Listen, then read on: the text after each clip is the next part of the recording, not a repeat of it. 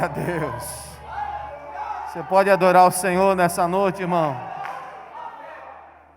Pegue a sua Bíblia sobre o seu banco. Já podemos sentir a presença dele aqui nesse lugar, irmãos. Aleluia, Jesus. Evangelho escreveu João, capítulo de número 14.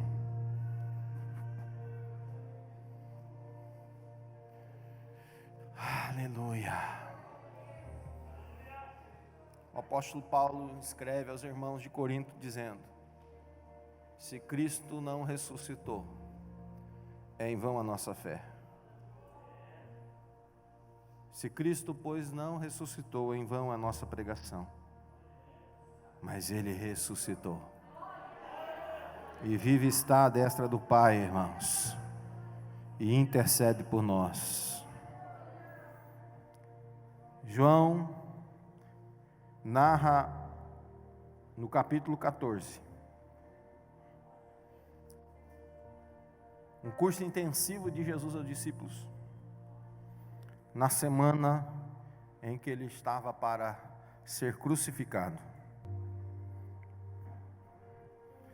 E João é o único que narra esses textos de Jesus. E no capítulo 14, João narra esse discurso tremendo de Jesus, dizendo: não se turbe o vosso coração. Credes em Deus, crede também em mim.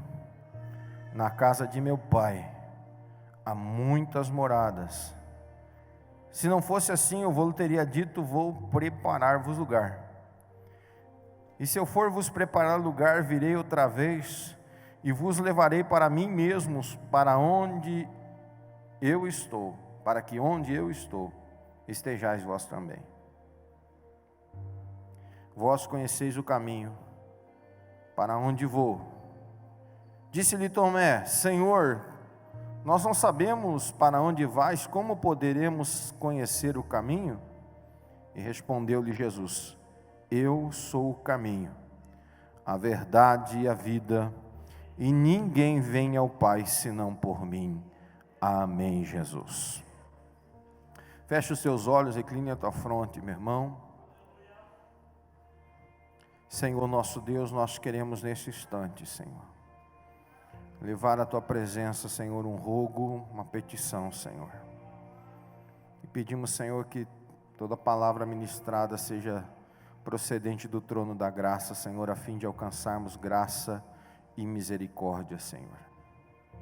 Abençoa, Senhor, a vida, Senhor, de cada um dos teus filhos nessa noite. Senhor, tu que sonda os corações e esquadrinha os pensamentos, tu sabes, Senhor, o que cada vida precisa da tua parte nessa noite. Tu sabes os sentimentos que estão entranhados em sua alma, Senhor, e nós rogamos a Ti, Senhor, que a palavra encontre nessa noite um coração aberto, um coração disposto, um coração frutífero, Senhor, e receba boa semente da palavra do Senhor, em nome de Jesus, Teu Filho. Amém e amém, Jesus. Amém, irmãos? Antes de você assentar-se, eu gostaria de fazer isso, porque eu não sei o que vai se desenrolar no decurso da palavra. Muitas coisas são, muitas decisões do nosso coração, outras são inspirações do Espírito Santo. Amém, irmãos? Então eu tenho 2 pedidos de oração nesse instante. Primeiro pedido de oração que eu tenho para fazer com você, e eu vou levantar um rogo, e eu gostaria que você concordasse com esse rogo, pela vida do sogro do pastor Marcos Spor. Não sei se os irmãos todos lembram dele. Pastor Marcos Spor é casado com a prima do presbítero Fábio. Pastor Marcos já pregou algumas vezes aqui na igreja, já teve encontro de casais, e o seu sogro está no pronto-socorro agora, nesse momento, precisando de um milagre. E eu creio que Deus pode entrar com a resposta. Alguém mais crê comigo? Amém, Jesus. Então vamos orar nesse sentido. Outro pedido de oração muito especial que eu quero fazer com você nessa noite é pela vida do pastor Mauri Vieira. Pastor Mauri já esteve aqui várias vezes pregando, esteve aqui junto com o pastor Sandro Fontoura numa certa segunda de primeira, uma das primeiras, né, Lucas? né, pregando aqui, trazendo o pastor Sandro, uma pessoa queridíssima, irmãos, de um coração de servo de Deus, e ele está na UTI em Porto Alegre, precisando de um milagre também, irmãos. Né? E quem conhece o pastor Mauri sabe que ele tem um coração de servo, irmãos, e prega muito a palavra de Deus. Eu não creio ainda que esse tempo profético da vida do pastor Mauri tenha cessado. E se Deus tirar ele lá da UTI, irmãos, eu vou trazer o pastor Mauri aqui para pregar e testemunhar do que Deus vai fazer na vida dele, irmãos. Tem mais alguém que concorda comigo nessa oração? Então eu gostaria que você, em primeiro lugar, a localização geográfica não vai importar muito, irmãos, mas eu creio que o pronto-socorro esteja nessa direção aqui, irmãos. Então eu gostaria que você levantasse as suas mãos. Senhor, está ali no PS, Senhor, o sogro do meu querido amigo pastor Marcos Spor, pai da pastora Débora, Senhor, precisando de uma intervenção sobrenatural da tua parte, Senhor. E nós como igreja, Senhor, concordamos. E se tem mais alguém que concorda comigo, diga amém. E a Bíblia diz: o que dois concordarem na terra está concordado no céu, Senhor. E nós cremos, Senhor, que vamos receber boas notícias, Senhor. E eu creio, Senhor, meu Deus, que tu podes enviar agora lá no PS, Senhor, um anjo da tua parte, Senhor. Assim, Senhor, nós cremos. Também, Senhor, estenda a tua mão, irmão. Creio que Porto Alegre está naquela direção oposta. Senhor, nós estendemos como igreja as nossas mãos em direção a Porto Alegre, Senhor, e como igreja nós estamos concordando, Senhor, que tu está visitando agora, Senhor, a vida do teu servo, pastor Mauri, Senhor, naquela UTI, Senhor. E eu creio também piamente, Senhor, que tu podes enviar um anjo naquele lugar, Senhor, com a saúde do teu servo em suas mãos, Senhor, e restaurar, Senhor meu Deus, a saúde plena, realizando uma obra completa e um milagre, Senhor. Assim, Senhor, como tu, Senhor, enviou um anjo em resposta à oração da igreja de Jerusalém, que orava por Pedro que estava preso, e tu enviou um anjo naquele lugar e libertou Pedro das cadeias, e Pedro foi solto e conduzido, e quando ele chegou no cenáculo, a igreja estava orando por ele. Senhor, também tu pode, Senhor, visitar o teu servo na cidade de Porto Alegre, Senhor, naquela UTI, Senhor, e abençoar a vida do teu servo, Senhor. E eu tenho certeza que será gerado um grande testemunho para a honra e glória do teu nome. E a igreja que concorda, diga amém. Sim, Jesus, receba a nossa intercessão. Aleluia, Jesus. Se assente, amados. Se eu tivesse combinado os louvores com o irmão Benito, com o Ministério de Louvor nessa noite, talvez não seriam tão sugestivos para a palavra dessa noite. Irmãos, toda a semente, diz a palavra de Deus, e isso é provado na agricultura, toda a semente para dar fruto, ela precisa morrer.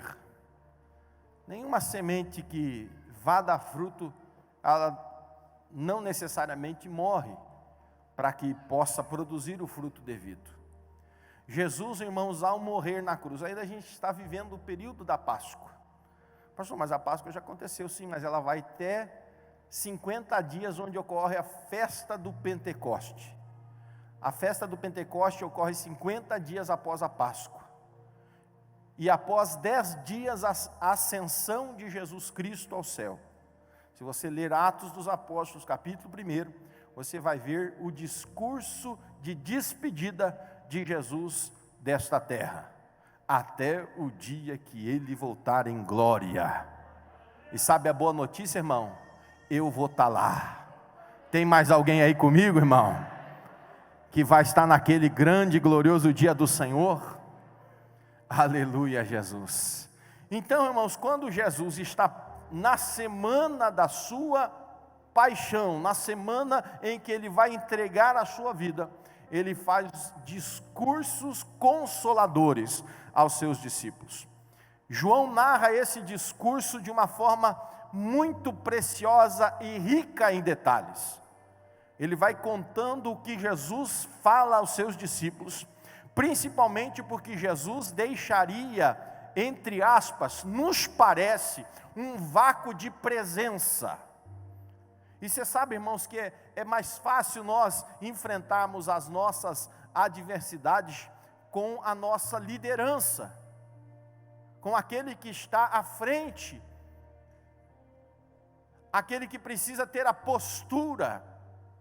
Por exemplo, na nossa casa, se nós tivermos, e aqui vai o meu recado para os pais de família, se você tiver uma liderança familiar frouxa, e pastor, pegou pesado, mas é verdade, irmãos. Se você tiver uma postura, irmão, de derrota, não quer dizer que você não vai passar por momentos de aflição, não quer dizer que você não vai ter momentos de adversidade na sua casa, mas você precisa estar firme. Por quê, pastor? Porque toda a tua casa depende de você. Se você cair, a sua casa cai com você. Se você cair, meu irmão, pastor, o senhor está jogando toda a responsabilidade em cima de mim. Mas é verdade, irmão, Jesus deu essa responsabilidade a você. Cristo deu essa responsabilidade a você, meu irmão. A Bíblia diz que você é o sacerdote da sua casa. Você é o pastor das almas da sua casa. Então, irmão, se você cair, a sua casa cai, o seu casamento cai, os teus filhos vão cair. Por isso nós precisamos estar firmes. Então Jesus, ele estava preocupado com os seus discípulos, porque, entre aspas, haveria um vácuo da presença física de Jesus, ao ser ascendido ao céu, em Atos dos Apóstolos capítulo 1.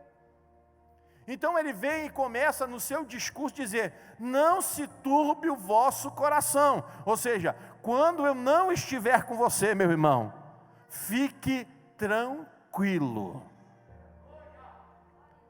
Eu vou estar numa missão especial. Eu vou estar realizando um trabalho especial. Qual é, pastor? Eu vou para a casa do meu pai. E na casa do meu pai, eu preciso preparar moradas, para que aonde eu estou, vocês estejam comigo. Para que aonde eu esteja, vocês venham estar comigo. Irmão, quando Jesus morre, ele é a semente que vai germinar muitos frutos. Se você pegar o texto do profeta Isaías, capítulo 53, há uma coisa muito preciosa, há uma palavra profética que se refere a todos nós. A Bíblia diz que o pregador, que é o personagem central do Isaías, capítulo 53, uma palavra profética, que diz que ele levou sobre si as nossas iniquidades, e o castigo que nos traz a paz estava sobre ele, e pelas suas pisaduras nós fomos sarados. Lá no finalzinho do capítulo 53, você vai ver a seguinte narrativa profética: e ele viu o trabalho da sua alma, e a sua alma se alegrou. O resultado dessa semeadura do próprio Cristo, em que semeia a sua vida, e a Bíblia diz em João, capítulo de número 17, na oração sacerdotal, que Jesus diz: ninguém tem poder de tirar a minha vida, mas eu dou a minha vida pelos meus amigos. Foi uma semeadura voluntária. Jesus deu a sua vida porque Ele quis. Ele se submete. Se você ver a narrativa de Lucas, quando Jesus está no Getsemane, você vai ver que há um diálogo de pai e filho. Ele começa a orar ao pai, e ele diz: pai, se possível, passa de mim esse cálice, mas se não for possível. Olha que exemplo de filho Jesus está dando para mim, filho, para você, filho. Exemplo de filho é: todo filho que quer ser abençoado, todo filho que quer ser próspero, todo filho que quer ter longevidade, todo filho que quer ter a vida abençoada, deve se submeter à vontade do Pai.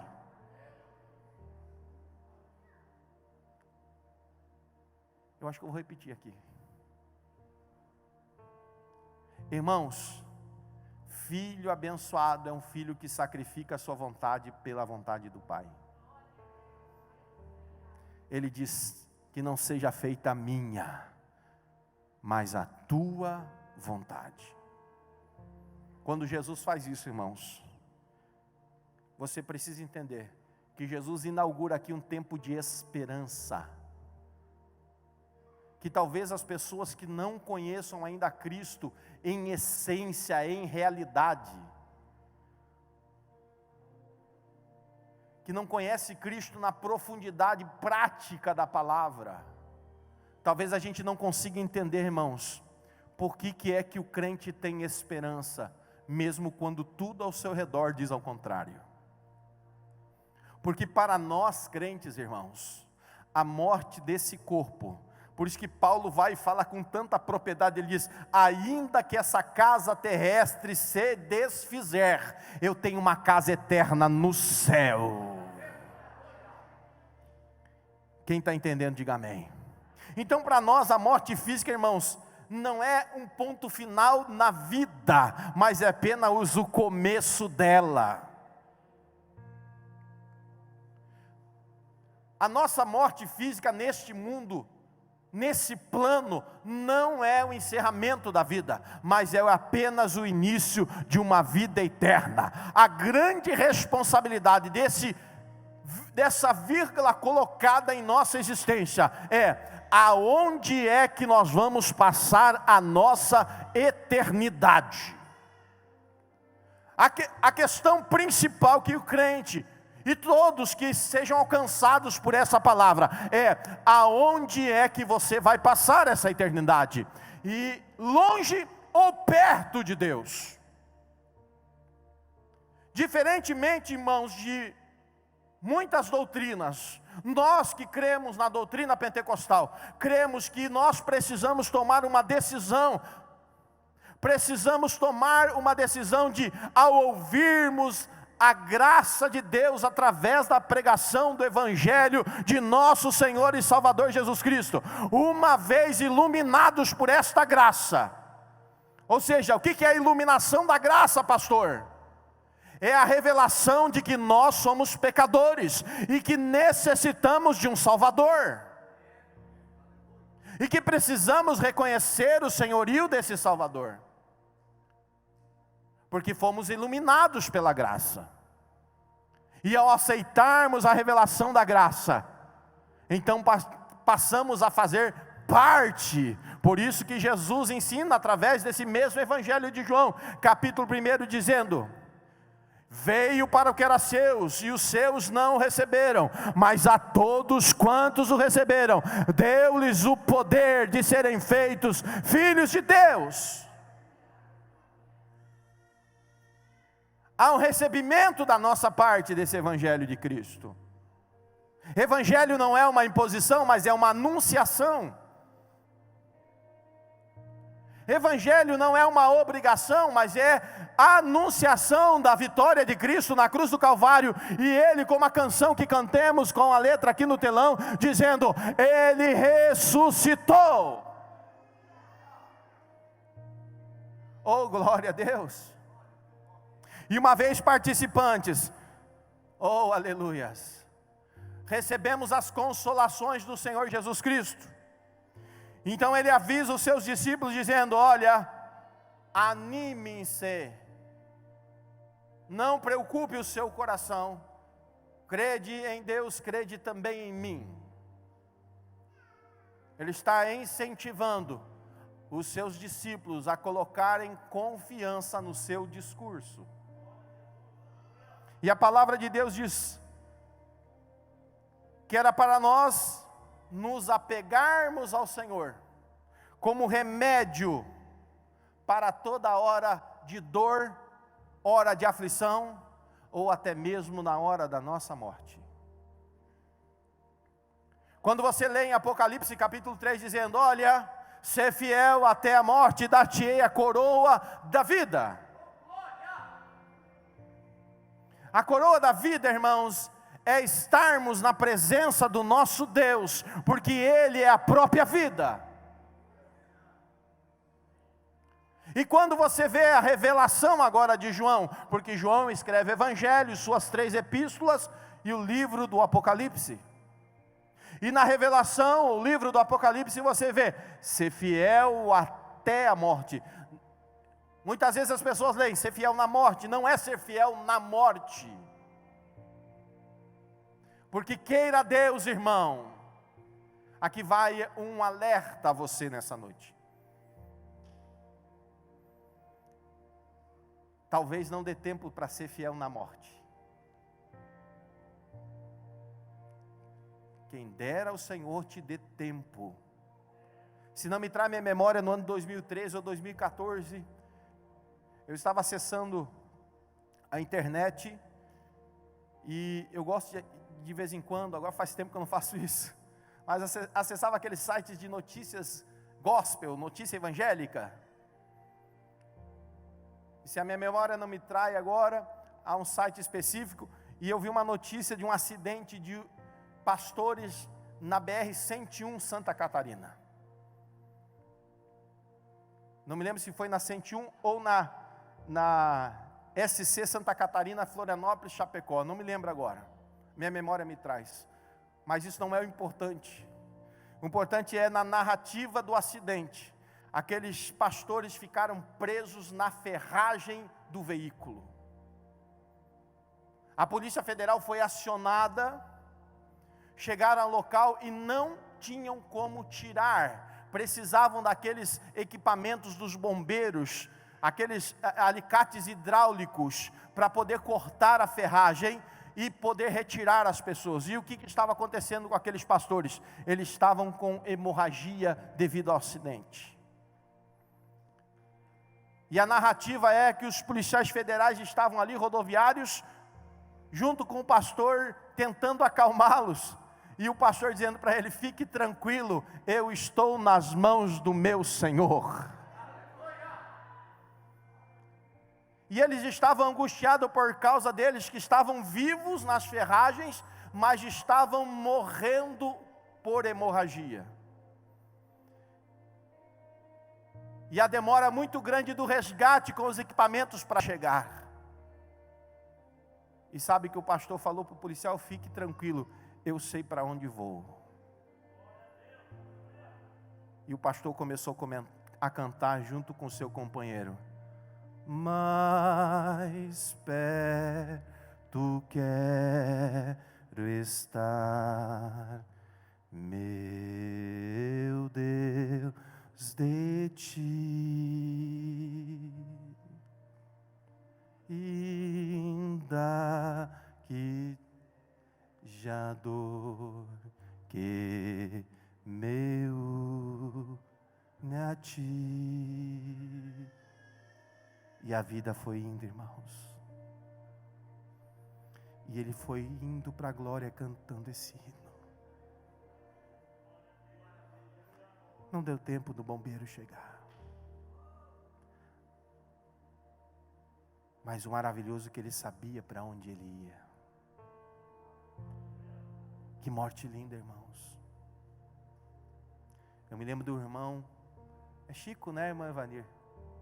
Ali da colônia Sítio. A irmã Vanir estava no hospital, o irmão estava em coma, né? O irmão estava em coma no hospital. A irmã Vanir estava ali com um familiar. Daqui um pouco o irmão levanta, né, irmã Vanir? Levanta as mãos para o céu e parte. Mas às vezes não dá tempo, irmão. O que eu quero dizer com você nessa noite, irmão? Que nós temos que estar com essa esperança viva no nosso coração, independentemente das circunstâncias, da dor, da necessidade. Por quê? Porque a nossa esperança não está nas coisas que são daqui, irmãos. Pelo amor de Deus. Você não vive uma esperança que depende da boa vontade governamental. Você não vive de uma esperança que depende do favor humano, da caneta humana, do dinheiro humano, da sabedoria humana, da força do braço humano. Mas nós temos uma viva esperança que nos fortalece, que é o trono da graça. E que Paulo nos diz: oh, aproximai-vos ante ao trono da graça, a fim de alcançar-vos graça e misericórdia. Por isso que quando o crente é fiel, irmão, as pessoas olham para ele e perguntam para ele: mas como é que você pode, num tempo desse, de tanta adversidade, irmão, estar tranquilo? Porque você pode dizer para ele: olha, eu tenho depositado a minha esperança naquele que vive e reina para todo sempre. Irmãos, talvez esse seja o tempo mais propício de você, como igreja de Cristo, ser testemunha de Jesus, e dizer o porquê que você não está preocupado, e dizer porquê que você não está abalado, e porquê que você está solidificado. Porque a sua fé não é uma fé que é fortalecida, alimentada, através das coisas que vêm desse mundo. E quando nós olhamos para a palavra de Deus, você pode pegar o Salmo de número 33, o verso 18 e 20 diz: e eis que os olhos do Senhor estão sobre os que o temem, e sobre os que esperam a sua benignidade, para livrá-los da morte. A nossa alma espera no Senhor, Ele é o nosso auxílio, e Ele é o nosso escudo. É o Senhor que nos dá a sua guarda e que nos fortalece. Por isso nós não estamos, irmãos, firmados ou fundamentados em algo que é frágil. E aí eu me lembro sempre da parábola de Cristo sobre os dois fundamentos.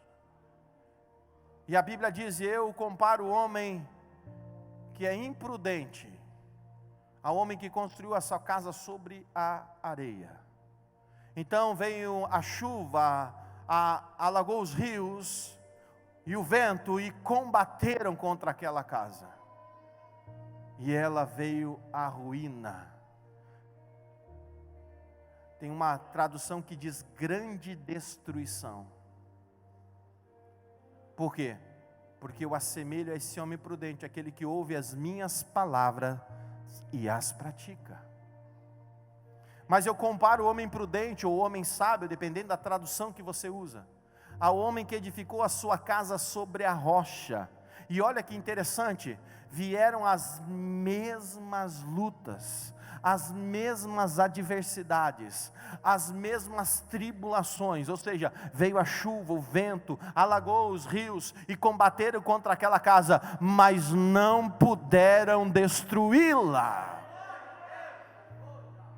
O que Jesus está ensinando? Que a mesma luta que o mundo sofre, a mesma luta que você crente sofre, mas dependendo do que a sua casa espiritual está fundamentada, ela jamais será destruída. A sua casa, irmão, que está fundamentada na rocha de Horebe, oh aleluias, na rocha angular, que a palavra de Deus ensina através de Pedro em sua epístola, ou na própria revelação de Cristo. Ou você é Petros, uma pedra pequena, você é Pedro, uma pedrinha pequena, mas eu sou Petra, eu sou Jesus, a rocha inabalável, e sobre a minha igreja as portas do inferno não prevalecerão. Oh meu irmão, se a sua casa está fundamentada nessa rocha inabalável chamada Jesus, não será destruída.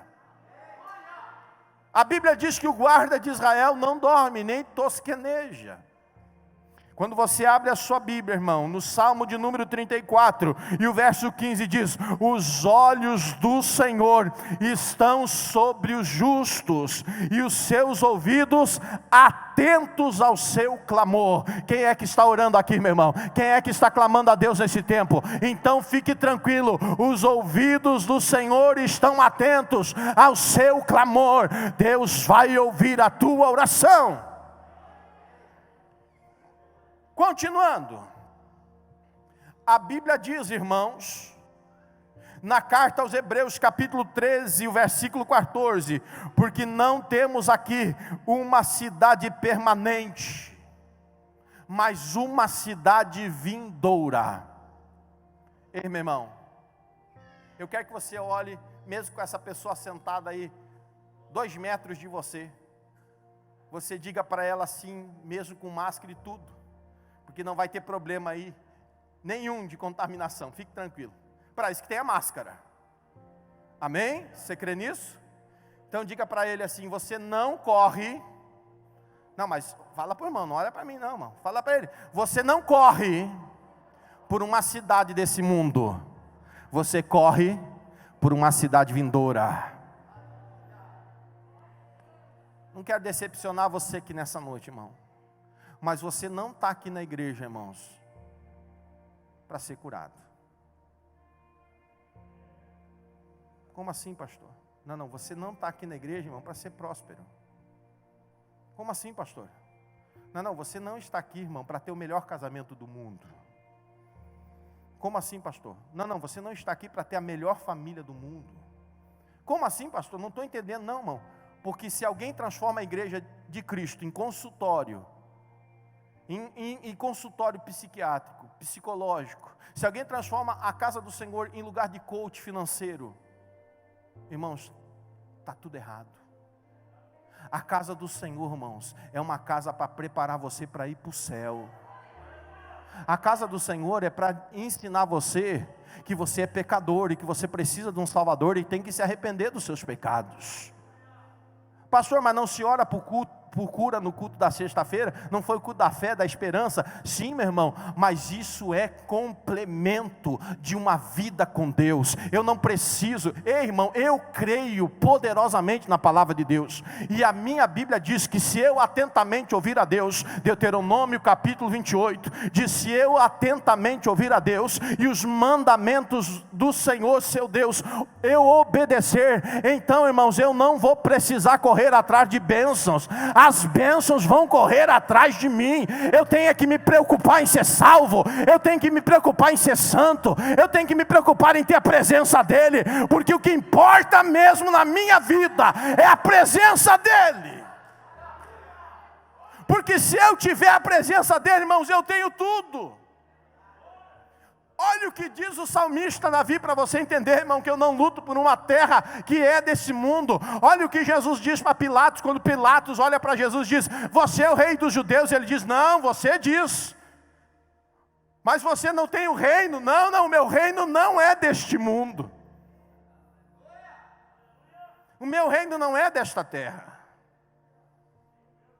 Aleluia. Quem está entendendo o que Jesus está falando aqui nessa noite? Irmão, você não vai precisar se preocupar com essas coisas. Aí você começa a entender o que a Bíblia quer ensinar para você. E buscar em primeiro lugar, Mateus capítulo 6, versículo 33. Mas buscar em primeiro lugar o reino dos céus e a sua justiça, e todas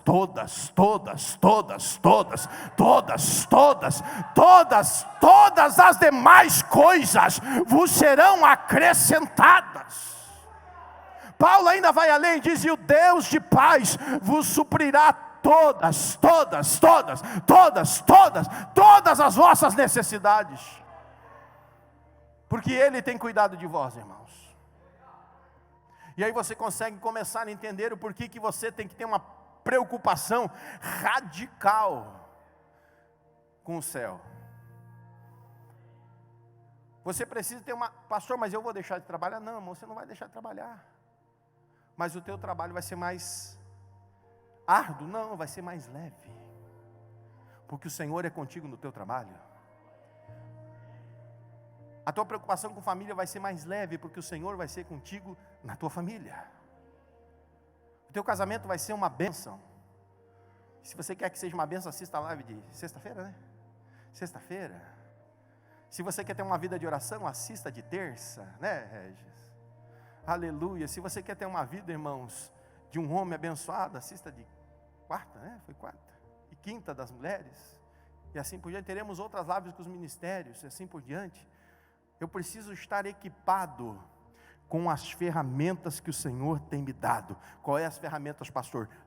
Paulo os indica na sua carta aos irmãos de Corinto. Irmãos, pensa numa cidade terrível. Corinto era uma cidade, irmãos, mercante. Era uma cidade que as pessoas iam para ali, irmãos, para apresentar os seus cultos. E os cultos eram terríveis, irmãos. Eu vou poupar aqui porque nós temos crianças no ambiente, mas procure estudar a Sagrada Escritura, vai entender como é que eram os cultos politeístas de Corinto.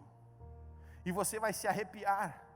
Mas lá, irmãos, é por isso que aí quando você começa a olhar o contexto bíblico, e você começa a entender Bíblia, você vai entender que mesmo em meio a uma cidade perversa, promíscua, aí os irmãos entendem o que eu quero dizer, uma cidade politeísta com os deuses gregos, e o tipo de culto que eles professavam, você vai entender por que Paulo diz assim: aonde abundou o pecado, superabundou a graça de Deus, trazendo salvação a todos os homens. Mesmo em meio a uma cidade terrível, havia uma igreja santa, cheia do Espírito Santo de Deus, e é nessa igreja, em meio ao pecado, irmãos, mas não contaminada pelo pecado. Você pode até viver no meio do pecado, irmãos, o pecado cercar você, mas isso não quer dizer que você precisa estar contaminado pelo pecado. Você pode ser uma luz em meio às trevas. E é tão verdade que a igreja de Corinto era uma igreja cheia do Espírito Santo. Lá os irmãos profetizavam, lá os irmãos tinham um dom de curas, lá os irmãos tinham os dons de sabedoria, lá os irmãos tinham a palavra da revelação, lá os irmãos tinham a interpretação de línguas. Ali havia a ministração dos 9 dons do Espírito Santo, em meio à igreja que estava no meio de uma cidade pecaminosa. Ei, meu irmão, Deus está clamando nos nossos dias por uma igreja santa da sua presença, que seja um farol no meio das trevas. A pergunta é: onde está você, igreja? Se não dá para dar glória a Deus, irmãos, diga misericórdia. Diz aqui a santa palavra do Senhor: meu Deus, oh glória a Deus, quem alimenta esta fé não permanece chorando, porque sabe qual é o destino daqueles que morrem em Cristo, que passam aflições por Cristo. A dor de uma perda, irmãos, é irreparável, mas é consolada pelo Espírito Santo de Deus. A frustração de uma derrota é terrível, irmãos, mas pode se levantar. Irmãos, há alguns versículos bíblicos citados que não são bíblicos. Por exemplo, você não vai encontrar na Bíblia Sagrada o versículo muitas vezes narrado em algumas pregações: ou cair é do homem, mas o levantar é de Deus. Você nunca vai encontrar isso na Bíblia, irmão. Mas você vai encontrar lá na Bíblia: cairá o justo 7 vezes, e 7 vezes o Senhor o levantará. Qual é a condição para cair e levantar, irmão? Tem que ser justo. E nós só somos justos quando a presença dele está em nós. Porque o Deus de paz é quem nos justifica. Romanos capítulo 5, versículo 1 nos diz: sendo, pois, justificados pela fé, temos paz com Deus através de nosso Senhor e Salvador Jesus Cristo. É Jesus quem nos justifica. Quando você pega, eu estou indo para o final, irmãos, gostaria de pregar aqui pelo menos mais umas 2 horas. Só poucos irmãos glorificaram. Abra a sua Bíblia no Salmo 42, o versículo de número 5.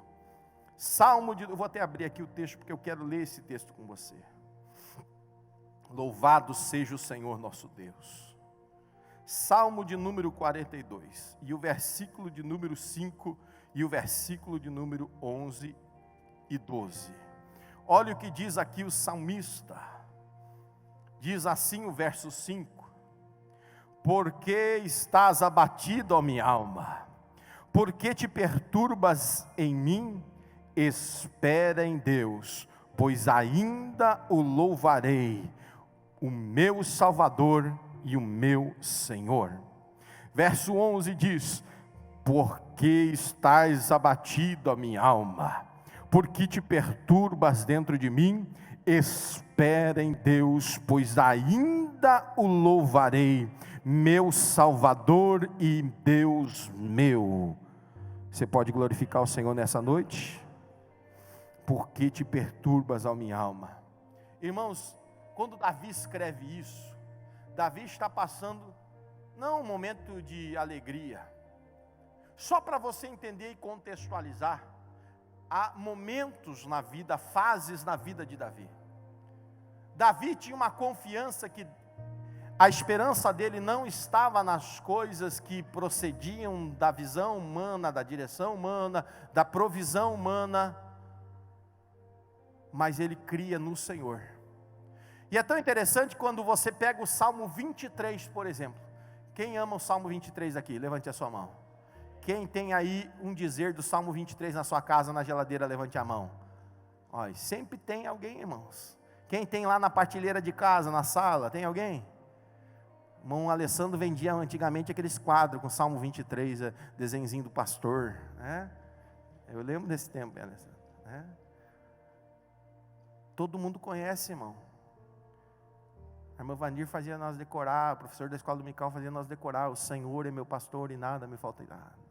Deitar-me faz em verdes pastos, guia-me mansamente às águas tranquilas, refrigera minha alma. Guia-me pelas veredas da justiça por amor do seu nome.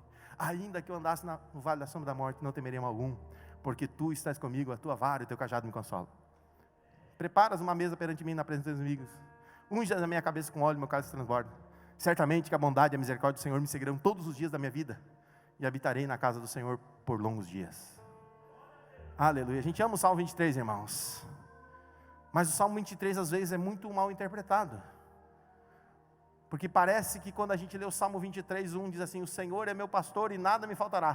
Quer dizer que o Senhor vai dar tudo para você.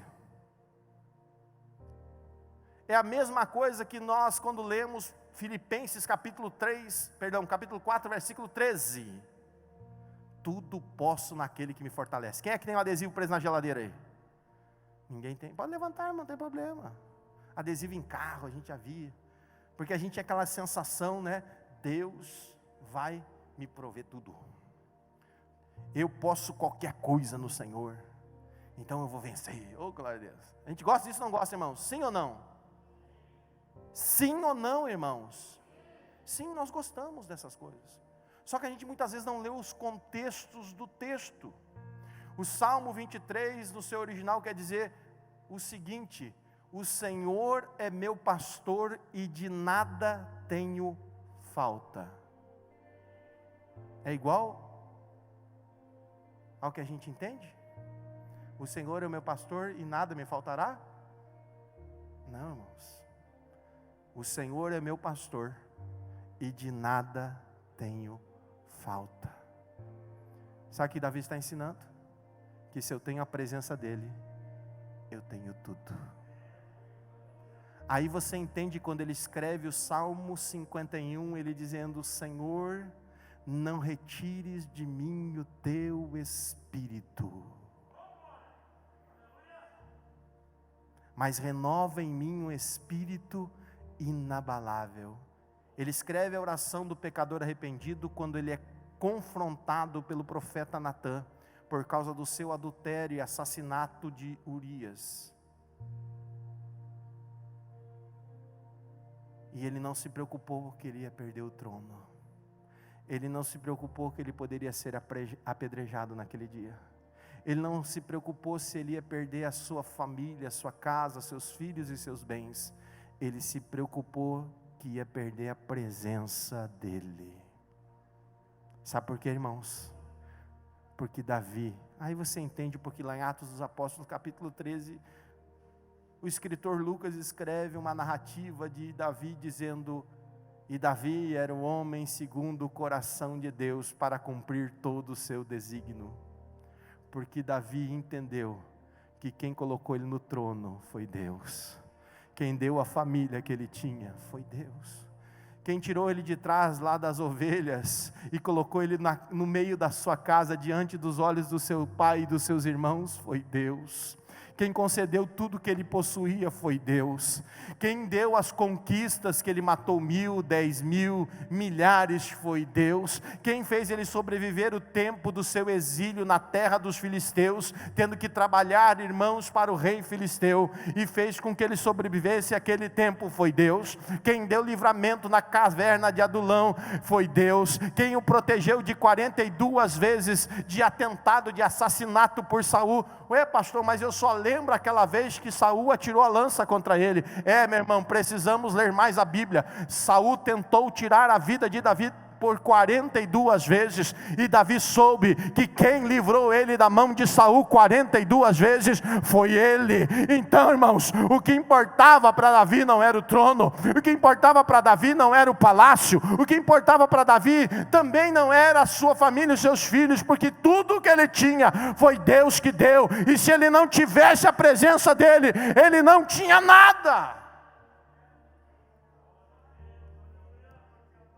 Oh, aleluia, Jesus. Você está entendendo isso, irmão? Tudo foi Ele que me deu.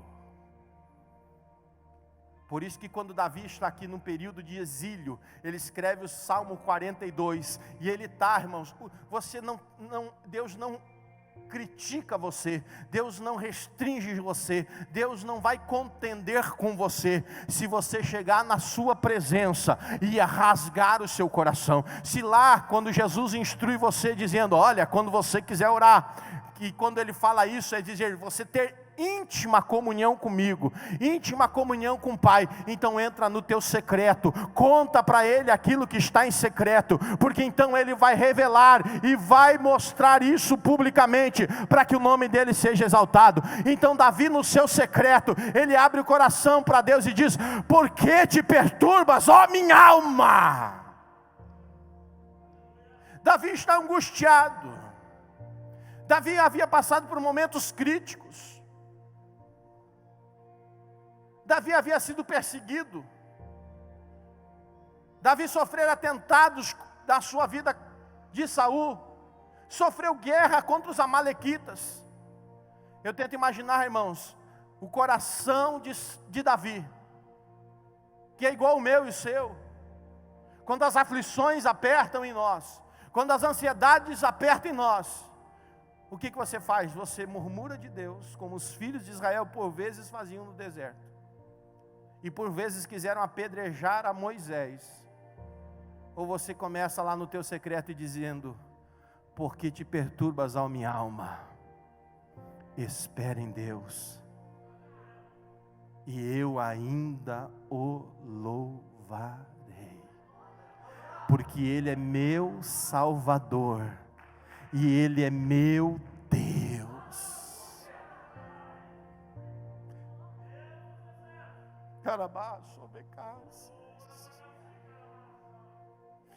Sabe o que se chama isso, irmão? Intimidade. Sabe o que se chama isso? Comunhão.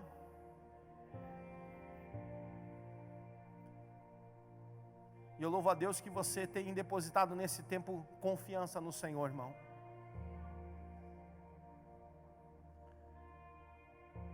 Nessa palavra de reflexão, de confiança no Senhor. Eu me lembro aqui o caso de Jó. Jó perde tudo. Perde bens, perde filhos, perde seu casamento, e perde o que tem mais precioso um homem: dinheiro, não, riquezas, não, casa, não, trabalho, não. O que você tem de mais precioso? Família. Como assim, pastor? Família é tudo. Eu sei, irmão. Mas se você não tiver isso, você não tem nada. O que é, pastor? Saúde. Pergunte lá para o Dr. Wagner se a coisa mais importante não é a saúde. Porque a saúde você pode trabalhar. Com a saúde você pode ter comunhão com a família, com seus filhos, você pode estar com eles. Com a saúde você pode transformar a sua vida emocional. dizendo: eu vou tomar uma posição, não, eu vou sair desse buraco, eu não vou gastar mais energia vital com tristeza, com amargura, com depressão, não, eu vou me levantar. Mas se você não tiver saúde, você não pode fazer nada disso. E você começa a entrar num consumo terrível. Pergunta para a irmã Cláudia ali o que foi passar esse tempo de câncer, né, irmã Cláudia? Se a saúde não interfere na mente da gente, a gente não fica angustiado, né, pensando: não, acho que agora eu vou morrer mesmo. Pergunta quem já passou por um momento de enfermidade terrível no seu corpo. Mas sabe o que Jó fez? Jó, quando chega lá no fundo do poço, ele rasga suas vestes, ele diz: nu saí do ventre da minha mãe, nu eu vou voltar para lá. O que ele está falando? Ele está falando da morte física. Ele chega no limite, ele perdeu tudo, ele agora está doente, está com uma doença de chagas. A Bíblia diz que ele se pegava cacos de telha e ele não aguentava as dores intensas das chagas no seu corpo, ele cortava as chagas com as telhas. Ele chegou ao limite da doença física, da doença espiritual, da doença emocional. Mas ele teve ainda, irmãos, a capacidade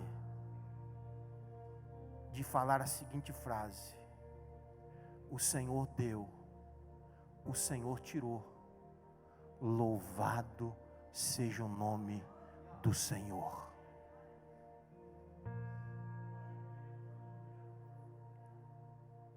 Eu não sei se eu e você teríamos essa capacidade, irmãos.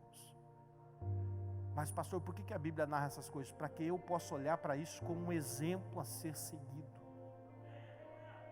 Está difícil, irmão? Louve. Davi escreve o Salmo 40 dizendo, nesses momentos da sua angústia, ele diz: na minha angústia eu clamei ao Senhor. Ele se inclinou para mim e ouviu o meu clamor. Está difícil, irmão? Clama. Insista, bata na porta. E fazendo o fechamento para nós orarmos, porque eu preciso ainda encerrar com a celebração da ceia. Jesus, entendendo que emocionalmente a gente não pode, é difícil conseguir sozinho, irmão. Nós não fomos, escreva que eu vou falar para você aqui nessa noite, nós não fomos criados para estarmos sozinhos. Vou repetir aqui, irmão. Você não foi criado para estar sozinho. Quando Deus olha para o homem no jardim, Ele vê que todos os animais, todos os seres criados têm uma companheira. Deus olha e diz assim: não é bom que o homem esteja só. No mundo espiritual não é diferente. Apesar de nós termos uma carreira de fé que é individual e ninguém vai levar ninguém para o céu. O esposo não vai levar a esposa para o céu, o pai não vai levar o filho para o céu. É uma carreira individual. De forma física até posso dizer. Mas de forma espiritual Jesus diz: olha, você não está só. Aí Jesus fala uma frase, irmão, que eu amo. E às vezes quando eu estou sobrecarregado, eu dou uma fechada nos meus olhos e digo: Jesus, Tu prometeu. Vinde a mim todos vós que estáis cansados e sobrecarregados, e eu vos aliviarei. Porque o meu jugo é suave e o meu fardo é leve. Irmão, jugo não é para um, jugo é para dois. Você sabe o que é jugo? É aquela canga do boi que puxa a carreta. Você não tem uma carreta de um boi, você tem a carreta para dois bois. Quem está entendendo, diga amém. E Jesus, consciente disso, e aqui eu estou encerrando, Ele diz para nós: eu não vou deixar vocês órfãos. Eu vou rogar ao Pai, e Ele vos enviará o Espírito da verdade, que o mundo não pode conhecer. João capítulo 14. Aí lá em Atos dos Apóstolos, capítulo 1, versículo 8 diz: mas recebereis poder ao descer sobre vós o Espírito Santo de Deus. Há uma promessa de Jesus, que o Espírito Santo vai estar conosco, o Consolador, o Espírito da verdade, e Ele está com você. Ele está aqui nessa noite para ajudar você. Então eu quero convidar você nesse instante para ficar em pé, meu irmão. Eu não conheço as suas lutas, eu não conheço as tuas aflições, eu não conheço qual é os motivos muitas vezes do teu choro, das suas necessidades, mas nessa noite eu quero observar o que a palavra de Deus nos diz: consolai-vos uns aos outros com estas palavras. Então, por favor, me ajude a pregar nessa noite. Olhe para o irmão do teu lado e diga para ele com uma voz audível aos seus ouvidos, dizendo assim: ei, irmão, você não está sozinho. Não, você não está sozinho. Se não tem ninguém perto de você, eu estou dizendo aqui para você: ei, mana, você não está sozinho. Ei, mano, você não está sozinho. Como disse a canção, e lá no Salmo de número 30, verso 5, né? Imagina se eu tivesse pedido para os irmãos cantarem, né? O que diz lá no Salmo, pastor, 30, verso 5? Pode o choro durar uma noite, pode o choro durar a noite inteira, irmão, mas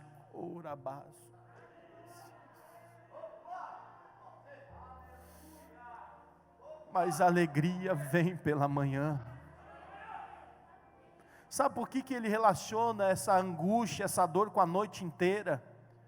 Porque quando a manhã chega, irmãos, ele mesmo, o salmista, ensina, pastor Nelson, dizendo: olha, oh, aleluia, as misericórdias do Senhor se renovam a cada manhã, e elas são a causa de nós não sermos consumidos. Sabe o que Deus está ensinando para nós através do salmista, irmão?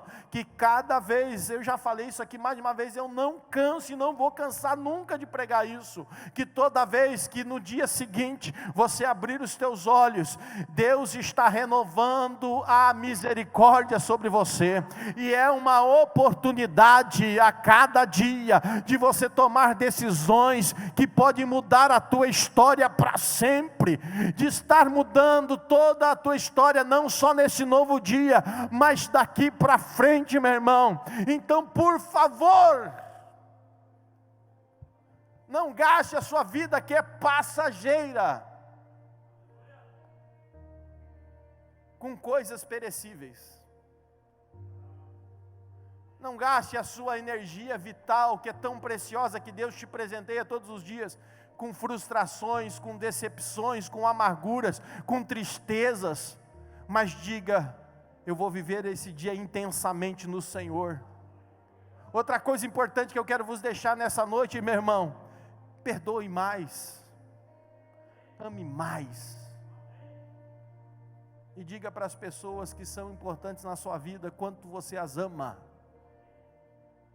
E viva intensamente o propósito de Deus na sua vida. Porque, irmãos, amanhã não nos pertence. Deus te deu o agora. Deus te deu o já. Então faça aliança com o Senhor já.